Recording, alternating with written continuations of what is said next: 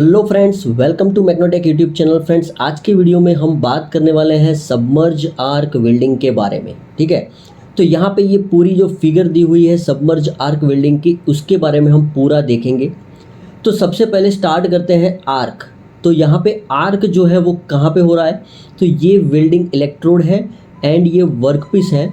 तो electrode and workpiece के बीच में यहाँ पे आप देख सकते हो, यहाँ पे ये आर्क हो रहा है। अब ये जो आर्क हो रहा है वो सबमर्ज है। सबमर्ज यानी कि डूबा हुआ।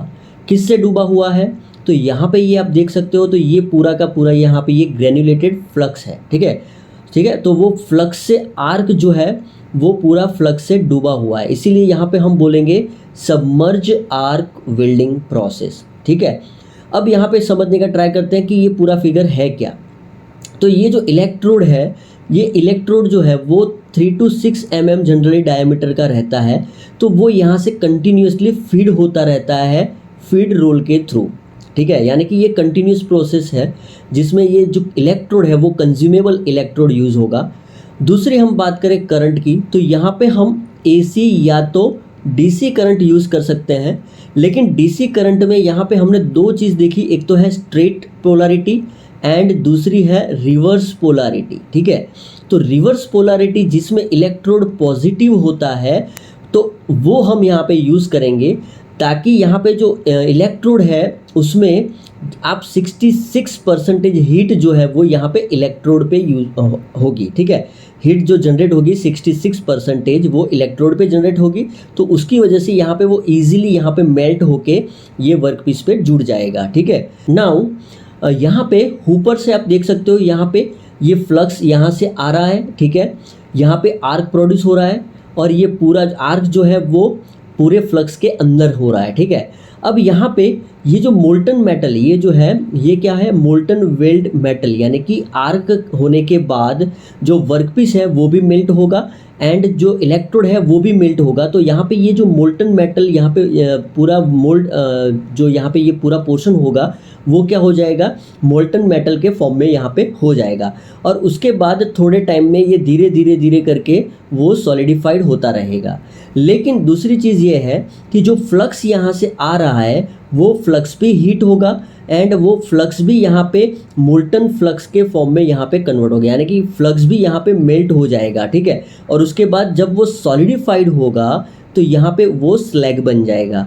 अब एक चीज़ यहाँ पे है कि हम जनरली क्या करते हैं, तो जनरली क्या होता है, जो फ्लक्स का जो यूज़ होता है वो क्या होता है, तो वो जो है वो ऑक्सीडेशन से बचाता है। ठीक है, वो ऑक्सीडेशन से यहाँ पे बचाता है, यानी कि यहाँ पे जो आजू बाजू में एयर जो होगी, ठीक है, वो एयर यानी कि ऑक्सीजन से वो प्रोसेस ना करे। इसीलिए हम क्या करते हैं, या तो जो इलेक्ट्रोड है उस वो कोटेड रखते हैं। ठीक है, तो या तो हम कोटिंग रखते हैं, ठीक है, या तो कोटेड इलेक्ट्रोड यूज़ करते हैं, या तो फ्लक्स यूज़ करते हैं, या तो सील्डेड गैस जो होता है हम वो यूज़ करते हैं। ठीक है, तो यहाँ पे ये तीन चीज़ है, या तो गैस, या तो फ्लक्स, या तो कोटिंग।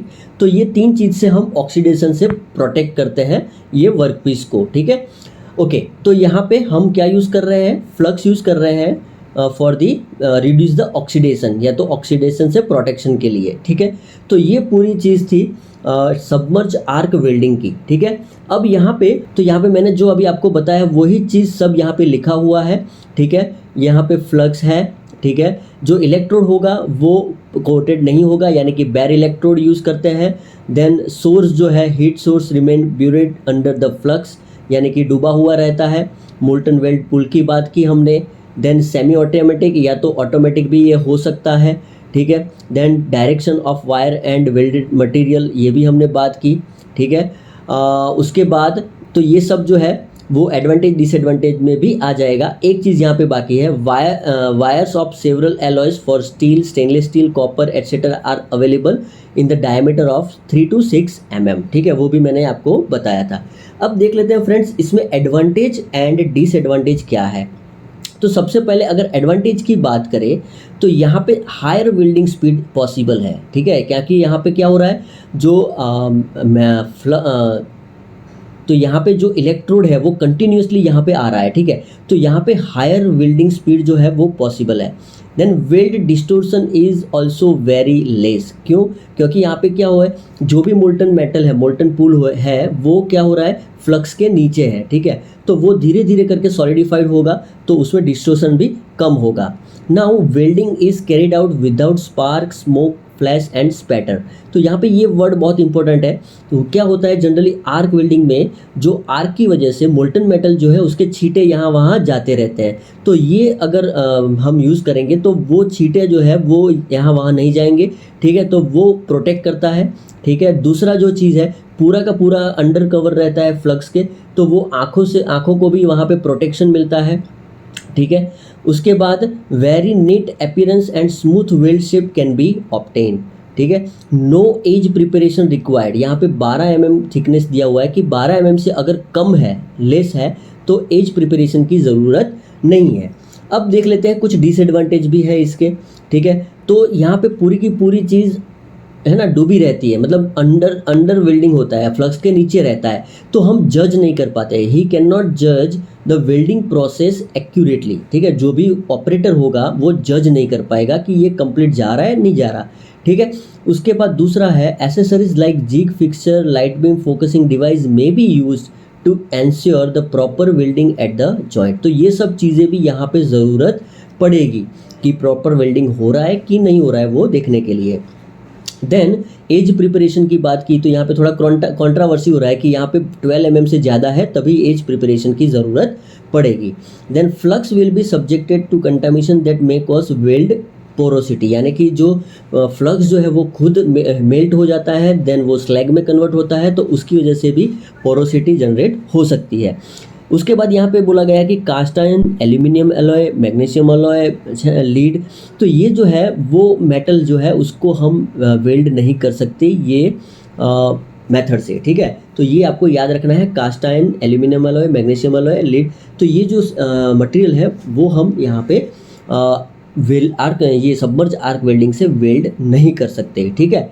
ओके, तो ये हुआ advantage and disadvantage about submerge arc welding, ठीक है।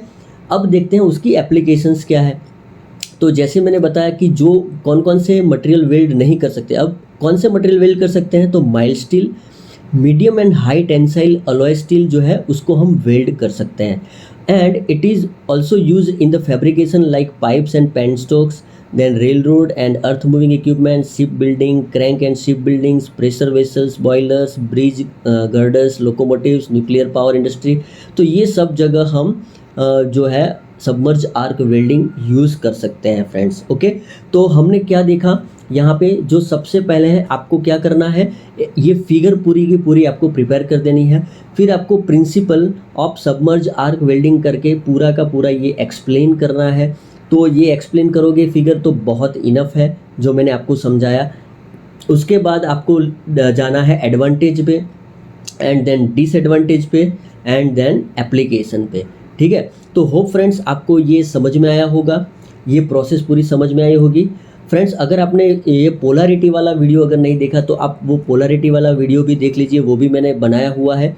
स्ट्रेट एंड रिवर्स पोलैरिटी अगर आपको पता नहीं है तो ये आप देख लीजिए, आई बेल आइकन पे मिल जाएगा या तो नीचे डिस्क्रिप्शन बॉक्स में भी मैं रख दूंगा। ओके, और अगर आपको ये जो अभी मैंने बनाया है उसका मटेरियल चाहिए, PDF चाहिए, ओके, आपको ये हैंड नोट्स चाहिए तो मुझे आप व्हाट्सअप कर सकते हो। ओके, तो मैं आपको भेज दूंगा। अगर आपको वीडियो अच्छा लगा तो लाइक कर दीजिए, शेयर कर दीजिए, सब्सक्राइब करना मत भूलिए। थैंक यू, जय हिंद, जय भारत।